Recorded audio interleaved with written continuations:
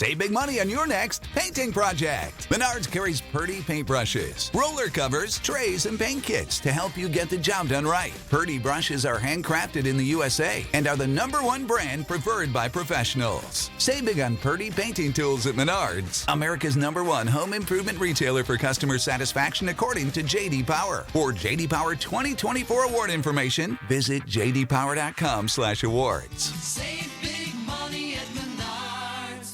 The 3 Down Greencast is brought to you by the Pile of Bones Brewing Company, Regina's only downtown brewery.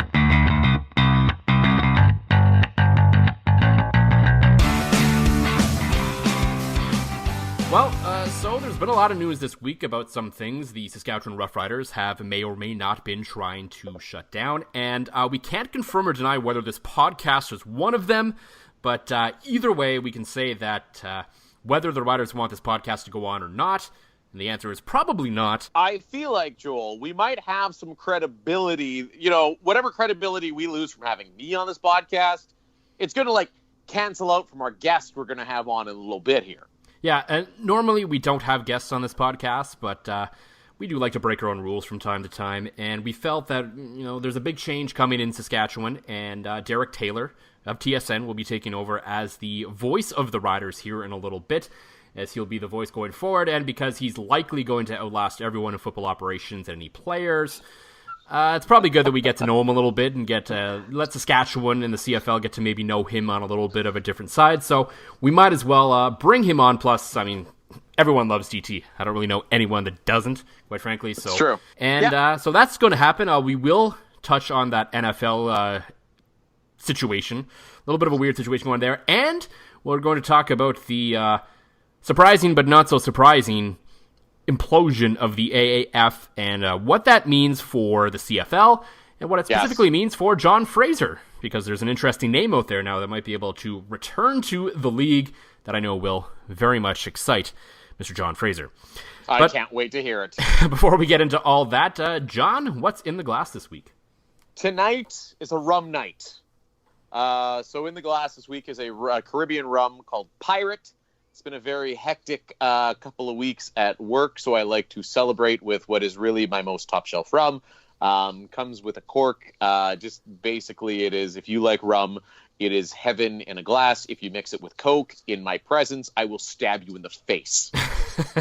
Okay. That's a touch aggressive, I guess, but... It's that good. You cannot bastardize this stuff. Just a little bit of water, activate the taste on some rocks, and you're going to feel like you're the Caribbean. You know what, I can agree. I'm very much that way about a number of whiskeys and scotches. If you start mixing them with things, I'm not going to quite stab you in the face, but I'm going to give you a little bit of a judging look at least. Oh no, I'll full stab. Okay, so if there's ever any eye stabbings in Saskatoon, we'll make sure to see where John's run away to. And I'll have a stone cold alibi. For me, I've gone with one of your all-time favorites, John, just keeping it nice and simple today, the Pile of Bones White IPA. Oh, so good in my face hole, but I don't have any, so I must stick to my rum. Well, we don't often have guests here on the 3 Down Greencast, but every now and then we like to break our own rules because we're like that.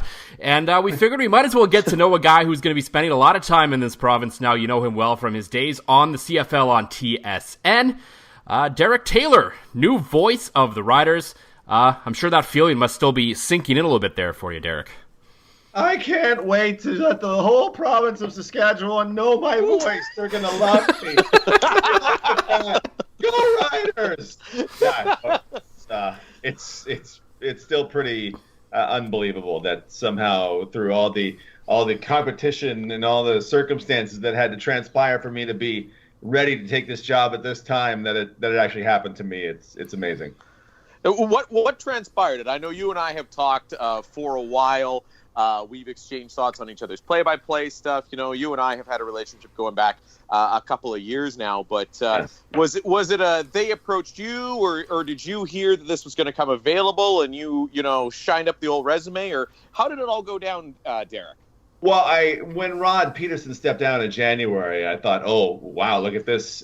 These jobs don't come often, right? Because when you just look across the country and you go, hey, well, the guy before Morley in Edmonton was there for 40 years, and Bob Irving in Winnipeg has been there for more than 40 years, and Rod himself had been in Saskatchewan for 20 years. The guy in Calgary, I think, is in year 26, 27. Like, these jobs don't come open often. So when I heard Rod was stepping down, I immediately called my wife and said, what do you think? And she's like, what? It's in Saskatchewan? I live and work in Saskatchewan. We've been working in separate provinces for 2.5 years. You should apply. Yeah, so I thought, which obviously confirmed what I thought. So, reached out to them. We got in touch. We, the whole meet and greet and interview, and they gave us some homework to do. They were really, CKRM was really quite thorough in doing what it could to whittle down candidates and find the person that they thought was right for the job. So it was probably took over the span of 8-9 weeks, and eventually they said, hey, we'd like it to be you. And I said, please, may I have another? And they were like, yeah. Don't ever do that accent again. And yeah, you're the guy. So it was a long process, but as you guys can imagine, absolutely worth it. What is other than finally having John Fraser pay his bar tab for you, what is the most exciting thing that you're looking forward to starting this job? Because I know you get to wear a lot of different hats and maybe try some different things, because people may not know you're not only doing play-by-play, you're now the host of the Sports Cage as well.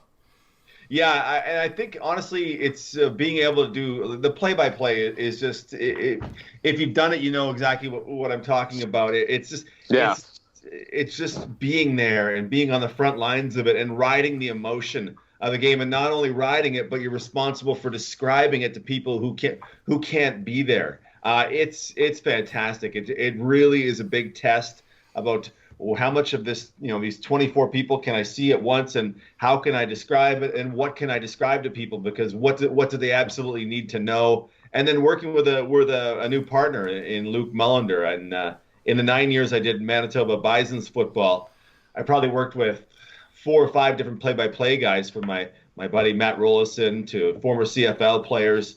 So each one's a little different. And the one game I called at TSN, I got to work with Dwayne Ford, who was phenomenal. So, Luke, I'll be comparing you to Dwayne Ford if you're watching this. That's a lot of trouble, because Fordy is tremendous. But yeah, there's nothing like calling the game. So I love the thought of my own radio show and what I can do with that. But the number one part is calling the games, for sure.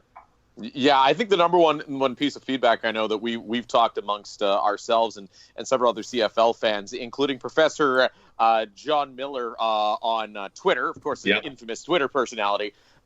You're best known, and Joel and I absolutely love your stuff when it comes to the numbers, when it comes to the advanced stats, when it comes to new ways of looking at a football game. You and I think I've liked every single time you've talked about going for 2 every single time, and not giving up the safety, and every time I cannot hit that like button quick enough. Yeah. I imagine you're still going to work a lot of that into your broadcast and your pregame show. That's obviously that's not going anywhere, is it, Derek? No, and there'll be parts of that, and you can't beat people over the head with that stuff, because people at home some of them won't care, but there's real conversations in there to be had with Luke. Another thing I hope that isn't going away, Derek, is the Hank Hill-esque cartoon version of you. I got propane in my urethra. Yeah. Yes. Luke, that thing must feel like propane in my urethra.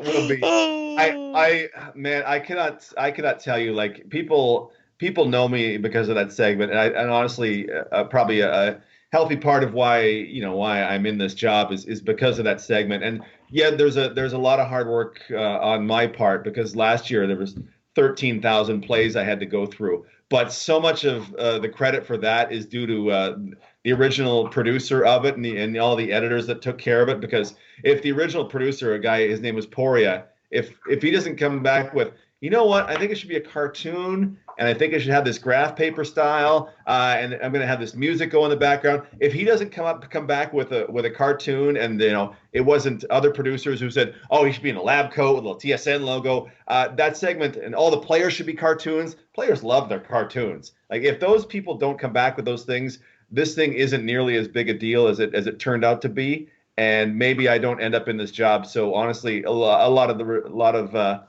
me getting this job is due to the smart contributions of other good fans, and good coworkers, let's say. So I owe them a ton. No, absolutely, and again, I'm looking forward to it. And the funny thing is I think one thing Rider Nation has done, it has been, as soon as you were announced as the guy, it's like they wanted to see you come out and wear a whole bunch of Rider green, and I think you did a very good job of that on Twitter. It was like, wait, this guy's been in Toronto and he's been in Manitoba, and you're just like dunking on everybody with these great photos that your wife took, that it's you in Rider green. So in my Dembski, yeah. Yeah, exactly. Now you have a chance to speak directly to some of the fans of Rider Nation. You have a chance to say to them, you are 1,000,000% a Riders guy. The floor is yours to proclaim your love of all things green and white, my friend. Yeah, if you scour the internet, you're going to see pictures of me in Argos gear, and you're going to see pictures of me in Riders gear and Bombers gear. Honestly, the last 5 years, my policy has kind of been, well, I'm not a fan of a specific team, so yes, I grew up in Alberta, and yes, I'm from Winnipeg. My wife and I met in Winnipeg, and I lived there for more than a decade. When I went to games, I just made a point of rooting for the home team because of who I was and where I worked. So I was in Argo gear. My wife was in Rider gear as we watched Brandon Bridge march them down for a regular season win against the Argos. That's just how I thought I would handle it. Now, I mean, come on, it's all Riders, right? Absolutely. I'm going to be a Rider fan. I'm not going to be an over the boards Rider fan, like just gone completely, it's all Rider. All Riders are good and everybody else is evil. There's other good people in the league too, right? There's some other good folks.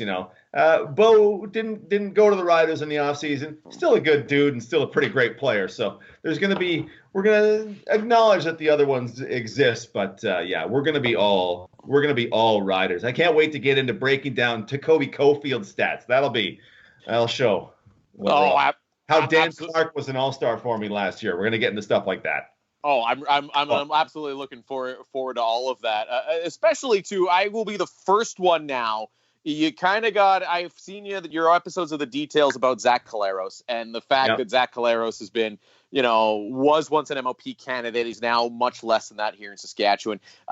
Derek, do you think he can be the guy here in Riderville, or, and I'm sure this is probably question 1A on the first sports cage that you do, or do they still need to look at bringing somebody else like a Kevin Glenn or somebody like that? Or is Zach Collaros going to be the guy from all the super smart things that you've watched and, you're way more advanced than I could ever dream to be?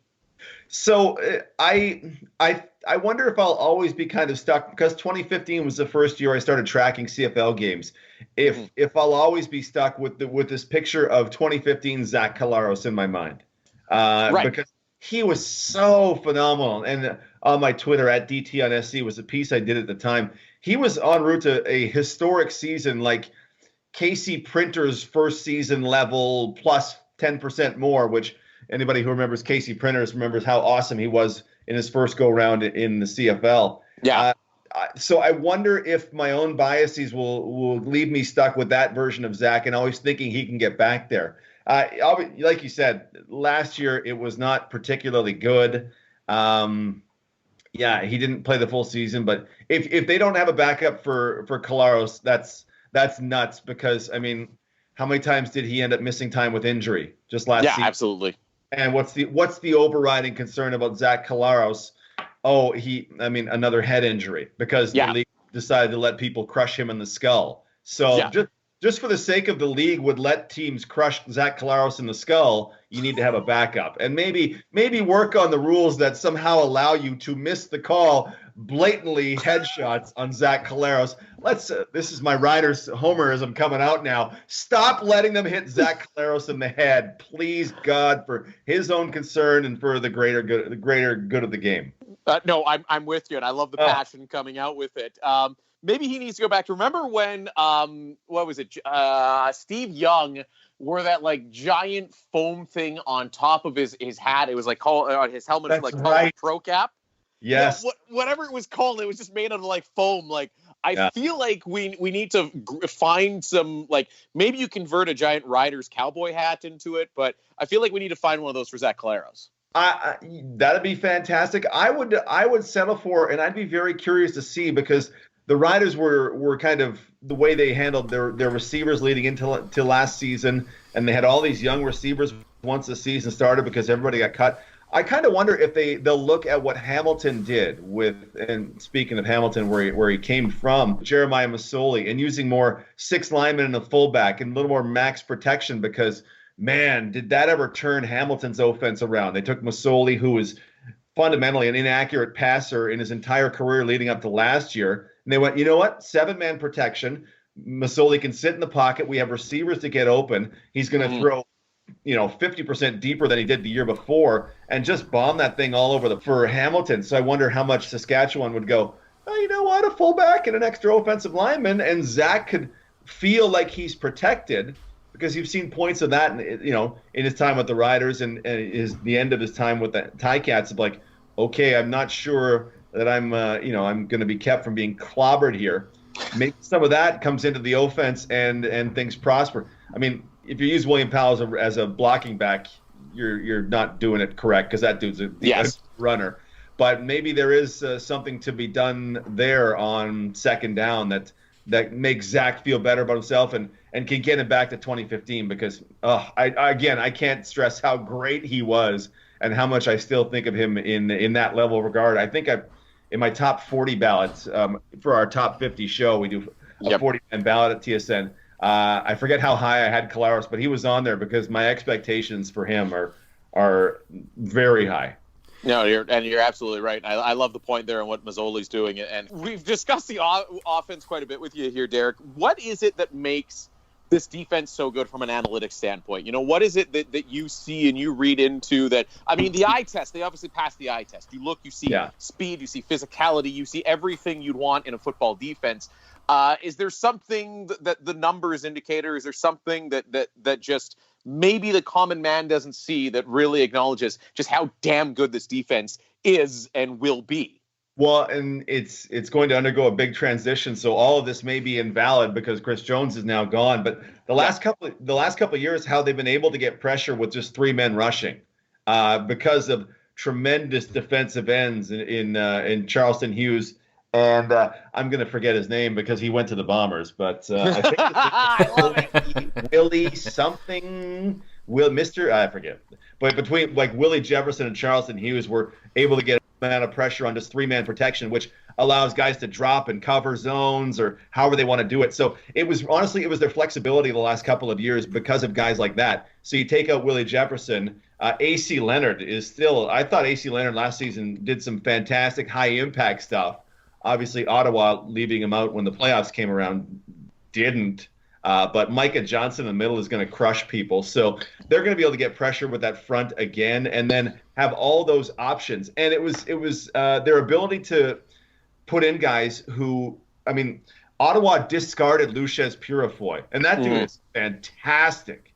Like – this guy was a weak side linebacker in BC, and then he's a boundary corner, and they play him all over the place.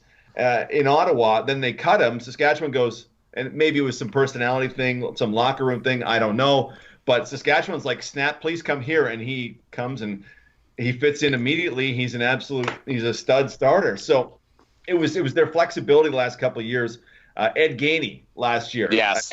Ed Gainey's the boundary halfback, but there was one point in the season where Duran had gotten toasted by a couple of smaller receivers, and they went, okay, we're playing matchups across the board here, and Ed is going to track the best receiver. So the Darrell Walker, the Kamar Jordan, things like that, which no other team does or did. You're like, oh, okay, they feel like they can make some moves around here. So if they can keep that going, they still have the personnel to do it because – I mean, you lose Willie, but you add Micah, you probably got a hair better, which sounds crazy to say. You replace a first-team all-CFL defensive end with a first-team defensive tackle. They might be better personnel-wise. So scheme-wise and coaching-wise, how will they be? That'll be interesting to see. But, yeah, it was their flexibility in attacking offenses that was so fantastic. All those touchdowns last year, they almost scored more touchdowns than the offense did.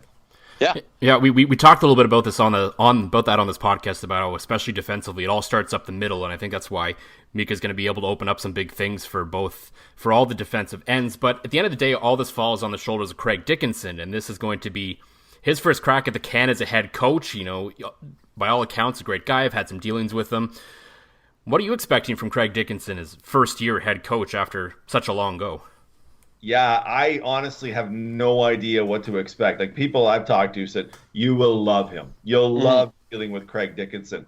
But do any of us have any idea of what he'll be like as a head coach? Will he be a delegator? Will he want to run this part or that part? Will he stay running special teams? So, I mean, everything's kind of up in the air. So I have no idea what to expect, but I mean, continuity at least on the offensive coaching side. So, and man, that personnel to work with on defense, they're off to a good start. Like, obviously, Coach Dickinson doesn't get the job if he's not good. So I think you have to kind of trust that the Riders knew what they were doing in making him their head coach and be ready for that when the preseason kicks off.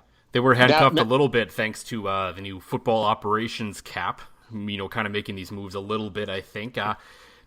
Where do you think this goes down the road? Do you think this is a permanent thing, or is this temporary, or is this going to be good, bad, indifferent?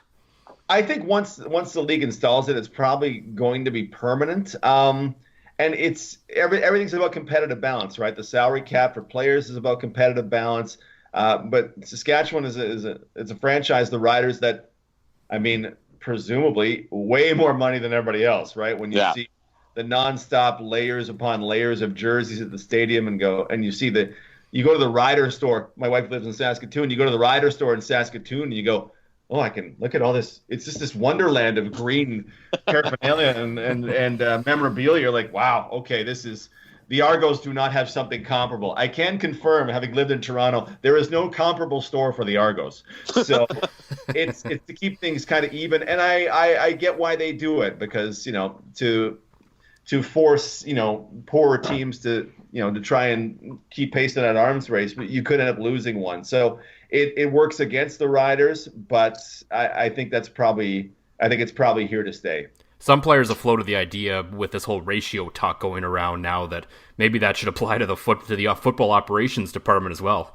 What do you think of that? Guaranteeing jobs for Canadian coaches? Coaches and managers, yeah.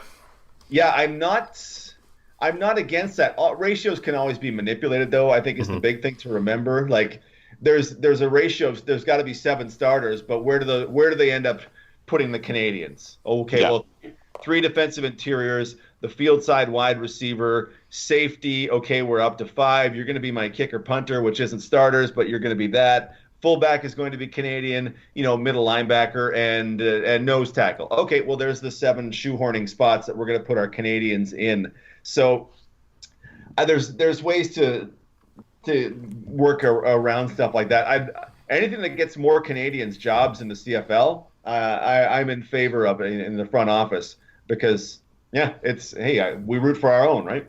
Our boy Justin Dunk would like to hear that. I think we're universally on board with that. Derek, of course, we are all excited for hearing you get an opportunity to call your very first game on CKRM. I'm absolutely looking forward to it myself. But there could be a labor dispute that could put things, put a little bit of a cramp on things, a damper on things. Now, I think maybe the perspectives changed with today's announcement, the Alliance of American Football suspending operations. But have you heard any kind of rumblings around the halls of TSN, through the players, through some people you spoke to? I imagine, the entire football community's been in touch. How do you feel? Have you heard anything? And are you feeling optimistic that you're going to get to make your debut as scheduled? Oh, I absolutely am. There's not much benefit, and I think the owner side knows there's really not a ton of benefit that the players could get from missing games, because you're probably never going to get that money back. There's obviously a benefit to it, but there's them missing games is them missing out on money. So I think the owners go into this knowing, okay, we're probably going to have a season, because I don't think the owners believe the players would go on strike. I honestly don't. So I think they'll come to some sort of compromise, and everybody will be unhappy with it on some level, because that's the way these things always go. It's always good, they say, if everybody's a little bit unhappy. So I would love to see, but in the negotiation, like, people have said, well, what about a cap? What about a cap for quarterbacks? What about changing the ratio? Honestly, all I really want, and I have no say in this, obviously, but what I would love to see is for young players into the league, I want a higher minimum salary. I'd love higher more money for being on the practice roster, because I just want to see, you see these kids, right? They're 22, just out of college, 23, 24. I want to see them be able to try and make football a career for a longer period of time. Try for a longer period of time to make football a career, because they have pressures, at home. Maybe they're from America and they got pressures at home, and the dollar doesn't go as far. I'd love to see them be able to chase their dream for longer. So for me, if I was in there, like a higher minimum salary, more money for fringe people would be my priority, because man, I mean, you guys know from your own careers, being able to chase your dream before the rest of life's pressures kick in on you is so fantastic. So that's what I'm rooting for. Who knows what they're going to come back with? I've been following, Matthew Shinnitti from TSN, as he talks about stuff like this, and the updates that come from 3 Down Nation and Justin Dunk and stuff like that. That's where I'm getting my info from right now, and I'll occasionally hear from players as well. But I want a deal to be ready for the season, and man, some sort of longer term health care. When you see Jonathan Hefney's story, I was at that game when you heard him get hit and see the end of his career. You go, oh, I hope in my heart as a human being, I hope there's something on the healthcare aspect, long-term healthcare aspect for the players as well. Well, Derek, I think we're going to let you go in a second here, but one last question before we go, and it's an important one. It's a bit of a sticking point with one of your soon-to-be co-workers. Okay. What do you think of the Last Saskatchewan Pirate? Yes. The song. I wish I had any idea what you were talking about. It's a song they play during the third quarter stretch. It once, because it sounds like it might be important. I have no idea. It is a song that they play during the third quarter stretch of every Rider game. And Mitchell Blair has such a disdain for it that he will walk out of the press box to the bathroom at the end of every third quarter. Really? So yeah. What I think of when I think of Cotton Eye Joe, that's what Mitchell thinks of the Last Saskatchewan Pirate. Hey, okay. Yeah. Basically, yeah. So if you want to antagonize him when you first arrive, he's a great guy. He's a lot of fun to poke some fun at. Put up lots Make that my ringtone. Okay. Right. Make it your ringtone. We'll make sure to call often, and also put out a giant cardboard cutout of WorkSafe Bob near his office, and you'll be the new favorite at Harvard Broadcasting. Oh, I love it. I love it. Ways to antagonize my coworkers, and I haven't met them in person yet. Yes. Thanks a lot for coming on. I know you're looking forward to getting out to the province, so I can finally repay you for every time you've been on a podcast with me. Yes, I will pay up, and closer to your wife, and just being the voice of Rider Nation, man. We are looking forward to it, buddy. Well, here's to many more podcasts in the future. Thanks for having me on. Well, thanks again to Derek Taylor for joining us on a rare guest appearance here on the 3 Down Greencast. And as promised, now we're going to get into the chat of an NFL game that was apparently going to be coming here, or at least rumored or had a good shot of coming to Saskatchewan, and then all of a sudden didn't. And if you read my piece on 3 Down Nation, I wrote it last week. It came up over the weekend, and it was something I felt I had to write because there had been a lot of different things going on there, and none of it really made a whole lot of sense to me. Yeah. Quite frankly, why, as reported first by John Gormley over Alco Radio, that this was, basically the Riders did all they could to shut this down, and eventually they got their way. And John, people know my thoughts. I made it pretty clear that I think the Riders really didn't have a reason to be against this. What are your thoughts on everything kind of that's gone down with this? I'm with you. I think it reeks almost of organizational insecurity to not allow, a different brand of football to come play at your stadium, even if it is a completely different thing. Like, to me, the Oakland Raiders playing here against the Green Bay Packers would be absolutely no different than the Heritage Classic that's coming up with, the Jets and Flames, which I will be attending, got my tickets this week. But it's such a different thing. The NFL is such a different thing than the CFL.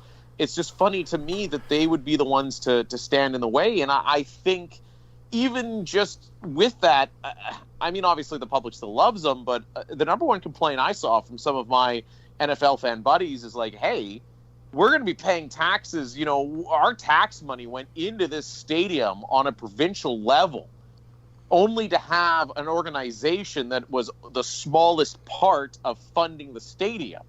I mean, it's the biggest reason the stadium's there, but smallest part of funding the stadium, to put a kibosh on something that was an entirely different form of entertainment in my eyes. To me, it's just, it's ridiculous. And I get it. You're spreading some entertainment dollars maybe thin, but I'm not a fan of them killing it, because it's going to go to another market. It's going to go to Edmonton, Winnipeg, from the sounds of it, and it's going to do very well. People want to see something different, and this is going to give them opportunity to see that. Yeah, I think, and I wrote it in the piece, when the stadium started being built and we started talking about the future of, you know, events in Saskatchewan and what this stadium would bring, I don't think the idea of an NFL game was ever brought up. It was never really something that people ever truly, you know, the concerts and the hockey games and all these things and, you know, monster trucks and whatever, all this stuff, we knew all that stuff would start coming here with the stadium. But the NFL game is on a whole other level. And I wrote this in the piece, and this isn't about the quality of football. This is about the stage. And the NFL is probably, at least in North America, the biggest sports stage in the world. And in North America anyway, to have that come to your town, even in just a preseason game, is something different. And the game itself really is inconsequential, quite frankly. It's a preseason game. Yeah, it's going to be, you know, it's not going to be great football, but it was going to be at least the third preseason game, which was usually the only one kind of worth watching. You'd maybe see Aaron Rodgers for a quarter. You'd see Antonio Brown for a little bit, and, you know, you'd see these guys, and that would be worth it. But it's all the other things. It's the shot. It's all of a sudden, you know, this game's probably on at least in California, and Packers fans all over the country of the United States are watching this thing. And it's just a big advertisement for Mosaic Stadium, Regina, Saskatchewan, the whole thing. And that's the missed opportunity for everyone involved, including the riders, because maybe maybe it draws a few people to come up here and check it out, and maybe they do go to a Rider game in the future because they talk about it on the broadcast, how football crazy this area is and how crazy they are for the Saskatchewan Roughriders. So that's really an option, right? Well, and not even fans coming up to make the trip to the Mecca of football in North America. But there's a good chance that guys playing in the NFL preseason at some point are going to hit the waiver wire, are going to need a contract, and they talk to each other. Let's face it, the facilities at New Mosaic are top shelf. Like, they are the best, arguably the best outdoor stadium for football in North America, period, no arguments, anything. You would have a chance to show potential players how good your facilities are. You know, it's like a recruitment trip. You know, they play, they see that, hey, this is legit. Canada's not, you know, you got guys that are coming from the south there that think we have winter 12 months a year instead of only 8, right? I mean, I think it's foolish. And I think, you know, you're going to go, this game is going to go, say, to Winnipeg. And the same logic applies to Winnipeg. I know Investors Group Field is anywhere near as nice as New Mosaic. It's not even close. And same with Commonwealth.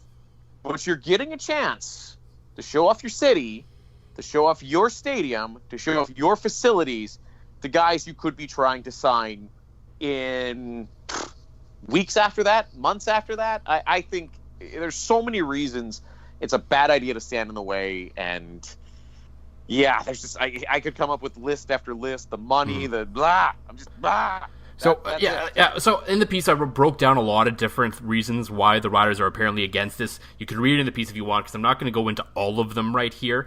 But because it was Rod Peterson, former voice of the Riders, on CJOB, who laid out kind of what he was hearing. But we're just going to stick to the principal reason as to why the Riders were apparently against this game, and that was the field transition, the stadium transition, and there's a few different things at play here. So number one is, can it be done? And I don't know. I don't know the honest answer. I don't know everything fully that needs to be converted between the NFL and the CFL, but realistically, I don't think it's that much. Okay, there's some line, you need to repaint some lines, move to field goal posts, and all that, which, ironically, if they had, put in turf that wasn't stitched in the first place, this would be a lot easier, number one. Yeah. If they could just wipe the paint off and start over again and repaint the Mosaic logo and all the lines and everything, but instead they're just permanently there and they have to paint it over with the wrong color of green every time there's a playoff game or a different sporting event that requires the turf. But anyway, that's a whole other issue that I know has been a point of contention among some people, especially some former Rider employees. But anyway, so even if we take that at the word, so whether it could be done or not, I don't know, but when the CEO of Everest Place goes on with David Curtin of Relco Radio and says he believed they can make the transition, then I am willing to believe that they can make the transition. Yes. And there's another myth going around here, and then this is kind of a side thing where everyone talks about, well, what about TSN? Well, the TSN setup has nothing to do with Everest Place, and the TSN setup, frankly, has nothing to do with TSN. Because how television production in this country works, especially for live sports, is everything is set up by this company called Dome Productions, which is owned by Rogers and Bell, and they send trucks all over the country to do live sporting events, and they set up all the cameras, blah, blah, blah. They set up the whole thing. So it's not Everest Place employees that would have to change for the NFL versus a CFL broadcast the next day. Odds are they could probably just set it up and leave it, and you know what? We might actually get a better CFL on TSN production the next day because the NFL setup was there the day before. Oh, absolutely. You're 100% right, Joel, because whatever team, whatever sports network this is being shown on down in the States is going to pay the bucks to make sure they have an NFL level production. And you said it, you hit the nail on the head, revealing, that little bit of TV magic that leave it set up, switch where the feed goes, problem solved. Yeah, and so when there's live events on TSN or Sportsnet or CBC or any of these things, they only bring they don't bring everyone with them. It's the talent comes with them, a few producers, but basically everyone else that sets it up, that runs the cameras, that does all this stuff, is already in market. Everyone who films, everyone who works camera for a Rider game on TSN for the most part, lives in the province. A lot of them work for the competing networks. I've seen I've seen global cameramen working camera game for the CFL on TSN. Like, that's just how it works in every single market you go to, in every sport. Yeah. So there's tons of and that again. And you're right when you've got a contradict it doesn't hold weight. Their reasons that they're claiming just don't hold weight. It is some sort of insecurity. And I don't like it. It's stupid. The game should be played in Regina.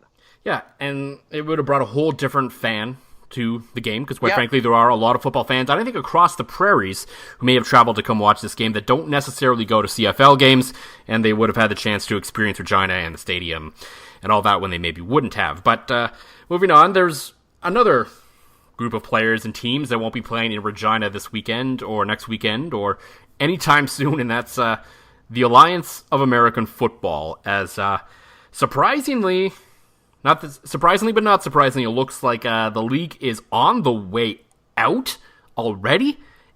Like, it's crazy. Like, I don't think anyone's too surprised that it didn't last more than a season. But surely we all thought it would have at least got through their first championship game. All of a sudden now here we are a few weeks before the playoffs, and Tom Dundon, the new investor that's taken over, is like, nope, this is done. He's lost something like $70 million, and when did he take over the league 2 months ago? Like, it's just hemorrhaging money, and there's some great Twitter threads out there right now with some of the cost cutbacks that they had to make, like no meals for like players anymore. They just got per diems. Like, it really is. It proves the difficulty of launching a football league, and proves again how good the CFL has been. But yeah, I am personally, so I thought, though, that leading up to it, the money they had behind it, the organization they had behind it, the credibility they had behind it, and the TV deal, I'm like, yeah, nope. So another Fraser hot take was very wrong. I thought this was going to be genuine competition for CFL players, but it's done. Yeah, and for me, from my perspective, what I always wanted out of this league, and I've always felt that this was the only league that really had a shot to make it work. We'll get into the XFL in a bit here, but I don't think anyone truly believes in that product long term, especially now. But all I really wanted was a league that was successful enough to survive and provide decent football kind of in the gap. I've watched it on and off. I was never going to make watching the AAF a priority, but I've watched on and off. I've liked a few of the things they did. But at the same time, I didn't want it to be a threat to the CFL. And I never really thought it would be a massive threat. Like, I knew there would be pressures on the CFL because of it. That's what I thought, like especially salary-wise and different things. But the established guys aren't going to make more money down there, so they were going to stay there. And there is always more American football players than there are jobs for the most part. Yeah. So you were always going to be able to find guys. But nonetheless, it was an interesting threat at the time, especially now that the CFL's on, they're in CBA negotiations. And this was something that had the potential to really put, was something that the CFLPA had in their back pocket as, hey, okay, you guys need to start paying your players on the minimum end a little better, or else we're going to lose them to the AAF. Well, all of a sudden, like anything else the CFLPA tries to bank on now, it's gone.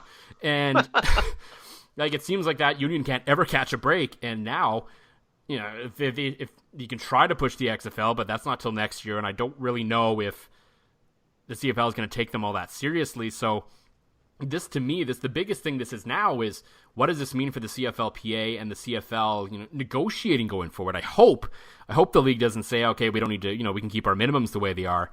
I still think that needs to go up, and then the CFLPA needs to find a way to continue to make that a priority without kind of, the $70K base up to 100 and whatever K in year 3 you'd get from an AAFL deal. Yeah, no, you're absolutely right. I hope everybody still sees their raise, and I think if the CFL, I think this, if the CFL still acts like the AAF was going to be, competing for players and raising the minimum, if they still act like that could be a thing, I don't think there's going to be a labor dispute at all. No, and so there's another couple little interesting things that come out of this AAF pending folding. Number one, there's a piece out on 3 Down Nation right now of former players and ones with ties to Canada that could potentially come back to the CFL now that the AAF is kaput. And one name stuck out on that list because he is the favorite of one of our boys here, John Fraser, and that is, of course, Sergio! Or as I prefer it, Sergio. Yes, Sergio Castillo, one of my randomly most favorite, played 3 games with Winnipeg kickers of all time, now a free agent. And you know how good Sergio Saskatchewan sounds? Oh, yeah. That is like velvety sex for your ears. So right there. Here's the thing. If he does come back to the CFL, and especially if he does sign in Saskatchewan, and if training camp is in Saskatoon, you need to go to camp one day and talk to him. Oh, 100%. I will go. I will like wear a giant 3 Down Nation shirt that says I'm credible. Trust me. Ask Justin Dunk. Just to interview Sergio. And I'll make sure, and I will talk to all the other media guys to make sure that nobody's doing the token kicker story that day. It'll be like, Sergio. That's how I'll start every question. And then I will be kicked out of training camp. It'll be worth it. And it'll be totally worth it. It'll be better than the time I got heat stroke at training camp because my old employer made me wear pants because they were a bunch of doo-doo heads. Yeah, I think anything would be better than that. Yeah, I just remember you looking at me being pale and very sweaty. They're making me wear pants, Joel. And we all know how you feel about pants. So I hate them. Hate pants. So for me, what needs to happen now with the AAF, there needs to be one final game. They need to actually have a championship game. If their league is folding, they need to do it this weekend. So I think first place is the Orlando Apollos, so they should be in the game. And then there's a lot of teams at 5 and 3. For the sake of everyone and where the story is going, it should be against the San Antonio Commanders because they're frankly the only market in the AAF that cares, as they've averaged over 29,000 fans a game, so they deserve to be in the championship game as that as well. But here's the twist. Before the start of the game, and I think 3 Down Nation's Josh Smith is going to appreciate this reference. Before the game starts, a few minutes before, just right before the opening play, since they don't do kickoffs or anything. Right. Shane McMahon all of a sudden appears on the scoreboard. Starts talking about how this is the game. This is the championship game, and I will be taking the winner of this game to take down my father's league, the XFL, from the inside. Ooh. I like it. And the winning team will, of course, be San Antonio because they care. If you're going to, so he brings San Antonio to the XFL, and it moves on from there. And then it becomes, they have like the 3 games a week or whatever that are XFL broadcasts, and randomly it cuts into an AAF broadcast. And this is an old reference. This is an old wrestling reference for people that don't know what the hell I'm talking about right now. It was sometime in the 2000s, late in when WCW was on the outs. One point, quietly, Vince McMahon, or probably not so quietly, I was young then, so I didn't really know, bought WCW and effectively became the professional wrestling monopoly that it is today. So the very last edition of WCW Monday Night Nitro, Shane McMahon appeared on the screen and started talking about everything he's going to do with WCW and blah, blah, blah, blah, blah. And they ended up on Raw next week, and it became a whole thing for a while where there was this invasion angle that went on for a while, eventually ending in, of course, WWF, or whatever they were at the time, beating WCW, and the whole thing was dead. So that's kind of where I think this needs to go. So basically, I'm saying Vince McMahon should buy the AAF and take out a recycled wrestling storyline, something he likes to do quite often. And it's the only way I would give a damn about the XFL.